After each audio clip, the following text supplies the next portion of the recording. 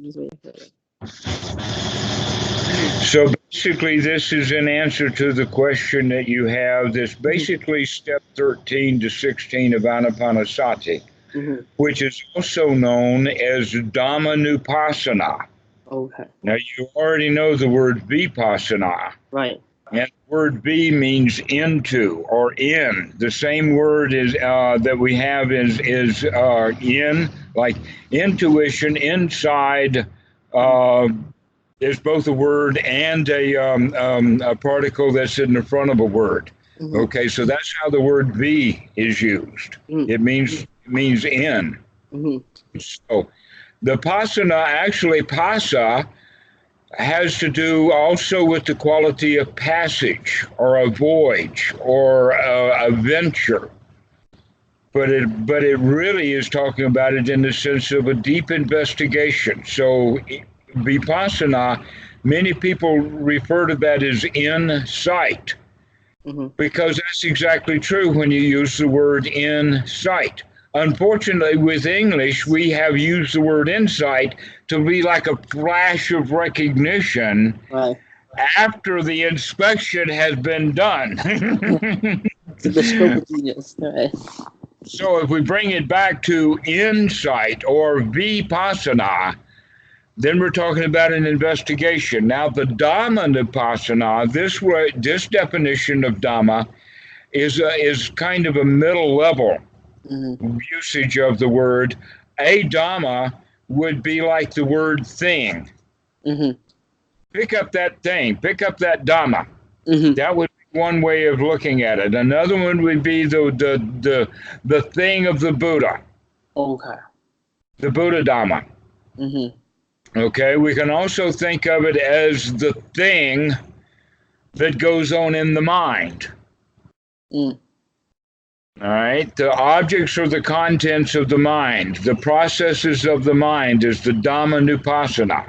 Okay. And then there is the big thing, the big Dhamma, the universe, our environment, the big it, that which we can barely comprehend through our senses, but when we're open with our senses, we can see that we really are in a sea or in a flood or in, like a fish who swims in the ocean doesn't know that he's in the ocean.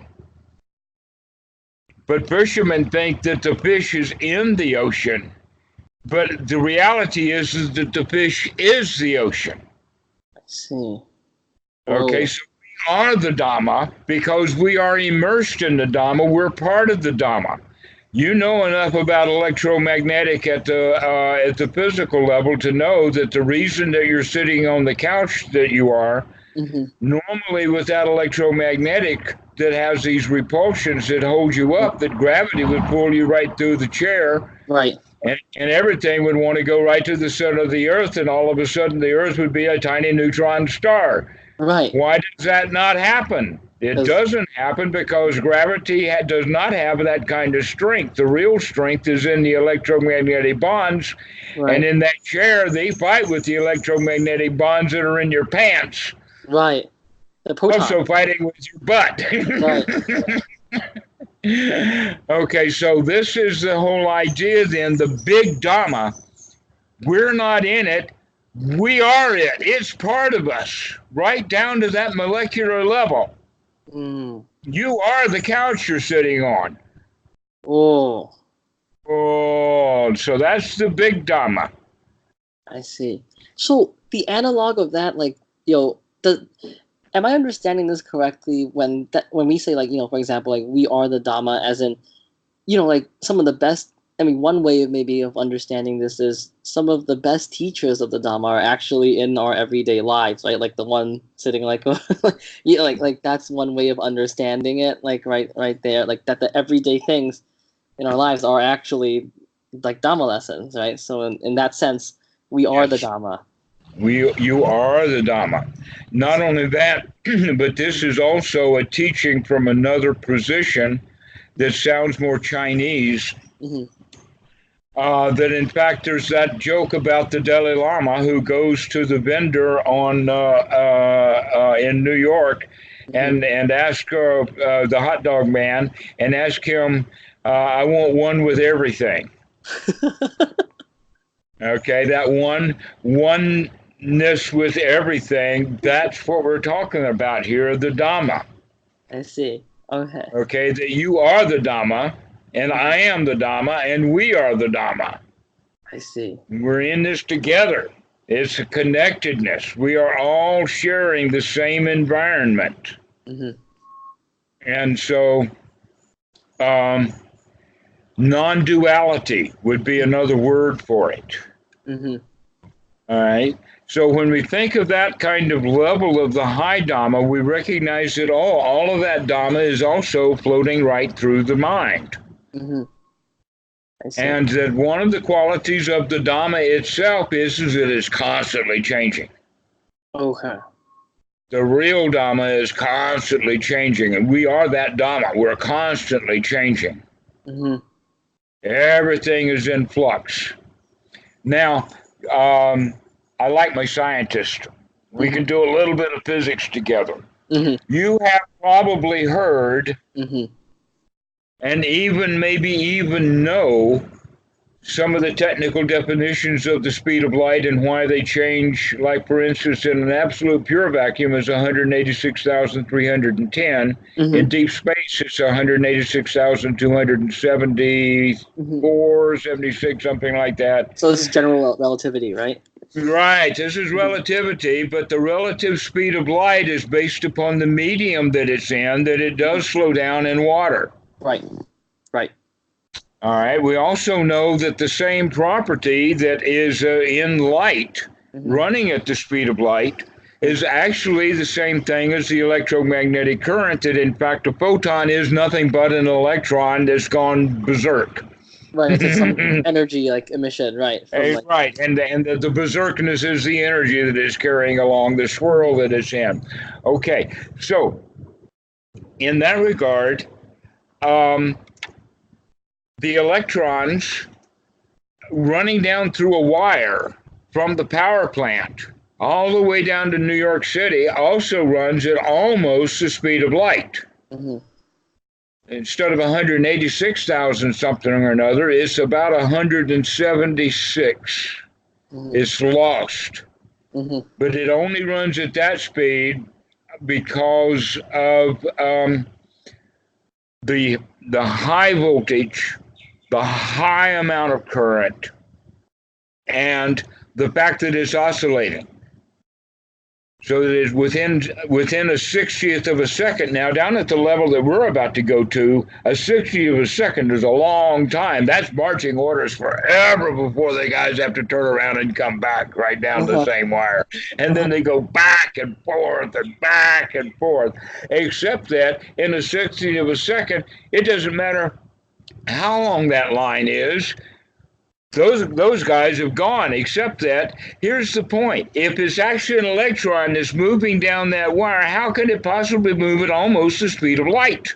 The answer is because of the quantum effect, that it's not that electron that went into the wire, or one of a group that comes out of the wire. The one that comes out of the wire is the one that's the electrons that are attached to the guys at the end of the wire.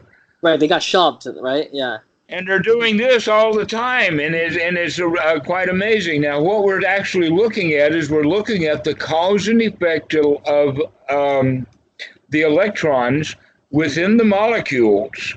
As that electric charge is there, as that power is there, is agitating, and everybody is agitating at the same rate.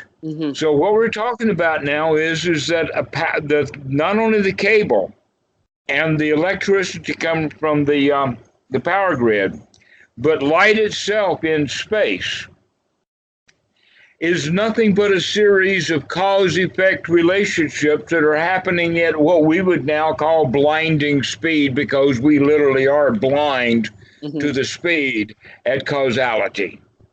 Right. Okay, I see what you mean now. Right. Yeah, something is causing the light, even if you're thinking of it as a wave. How does it come to here and then back to there and then back to there and then back to there if there is not causality built into that? And the causality is you run out of energy at that you can't continue up. There's no energy there to continue up. And so the wave comes back down. That's the causalities. Everything is a cause and effect. That's the big Dhamma.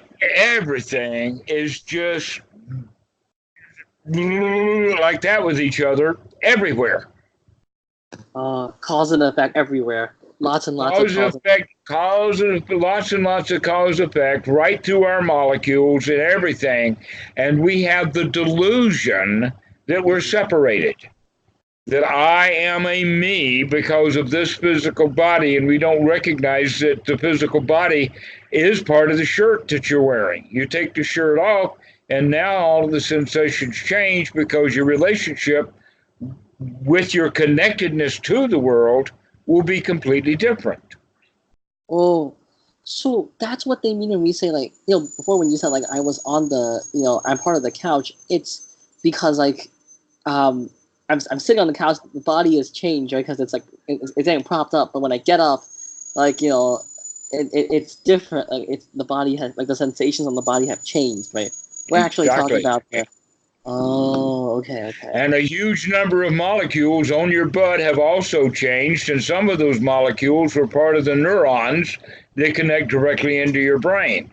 That this is something that is so surprising that almost none of the students realize this. Huh. Where is your brain? Where's my brain? Yeah, where's your brain? Well, it's like everywhere, right? Like right, it's all over your body. Right. It's actually. It's like there are neurons everywhere. The brain is all over the place. Let's see.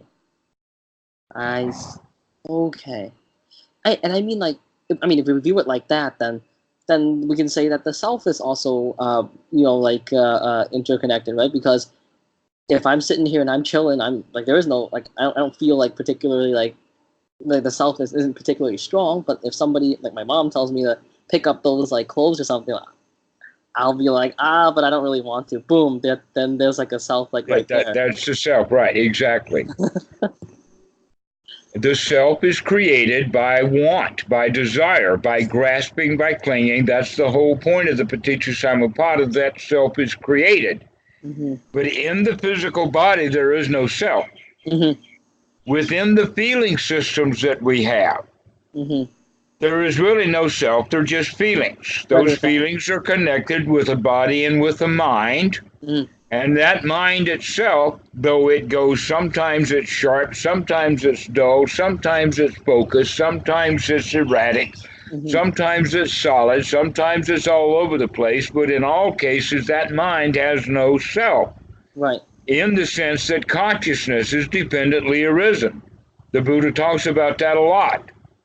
Consciousness is dependently arisen like a fire, is known by its fuel. Consciousness is also known by its fuel. Therefore, you have eye consciousness, ear consciousness. You have body consciousness. Since there's many, actually, with the feeling of the body, there's a lot of different subcategories. Mm-hmm. Just like with the nose, you can do a variety of things that are associated with smell. You can also do a variety of things associated with your eyes, like we can see different colors. Well, we have also with the body many, many senses, some of which we don't pay much attention to. Mm-hmm. Mm-hmm. Gotcha. But it will be still noted. Mm-hmm. Okay. If a cook mm-hmm. is chopping up stuff in the kitchen or she's washing dishes, it's very easy to walk up right behind her because she's not paying attention. Mm-hmm. But if she were just standing there, mm-hmm. then something comes up, she'll know it. Why is that? There is something about contact within the Dhamma.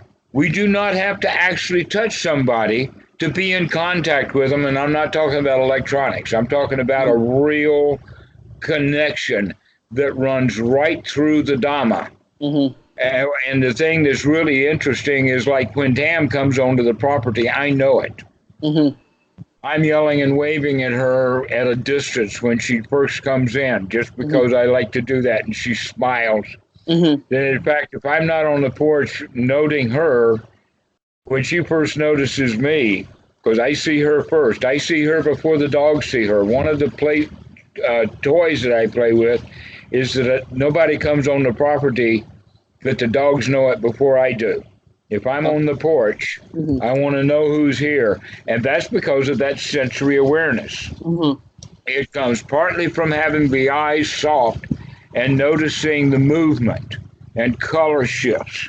But it also is proprioceptic or sense contact with the scent. It's like I can feel the radiation somehow on the side of my body Mm-hmm. that tells me that I need to look in that direction.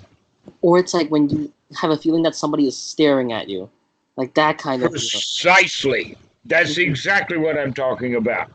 Mm-hmm. This is well known in our society, but it's called or put in the world of voodoo rather than the world of let's develop that stuff and make it into a skill.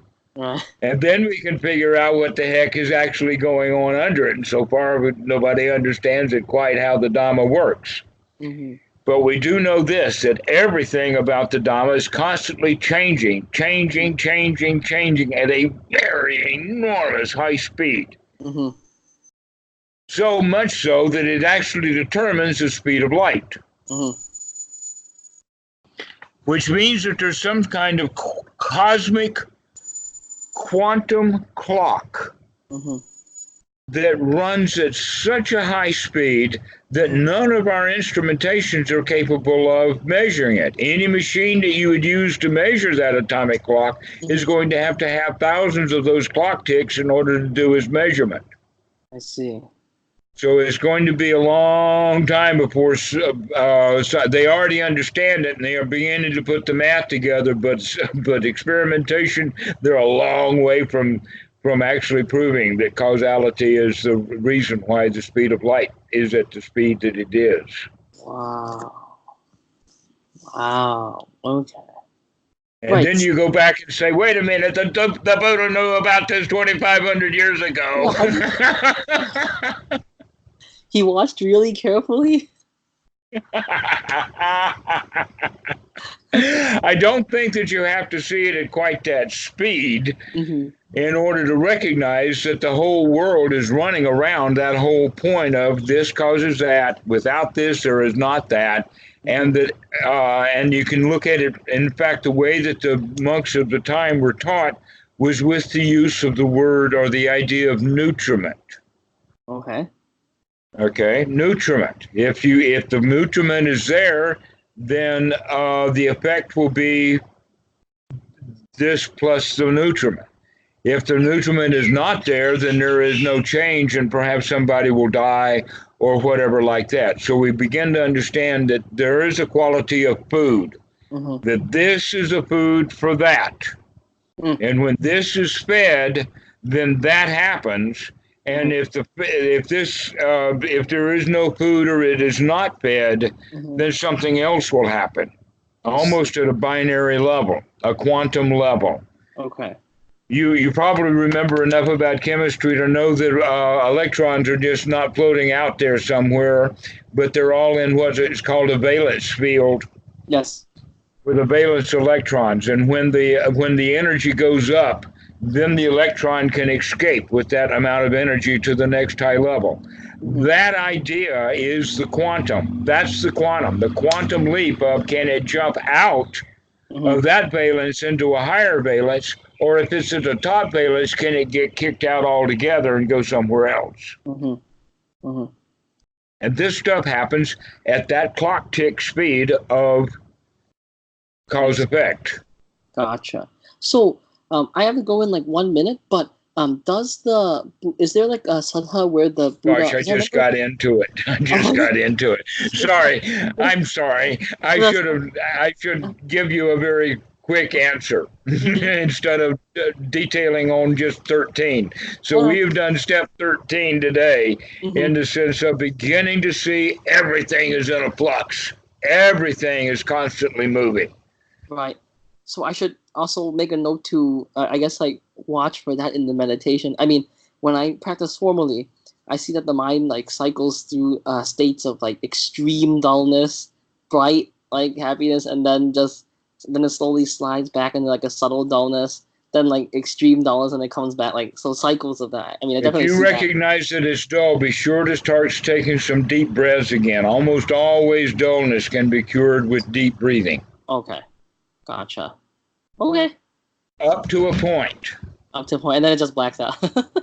Well, up to a point that when the mind is truly tired, even though it's well fed, it's still too tired to work. Yeah. That's why we go to sleep at night. Okay, gotcha. So, All right.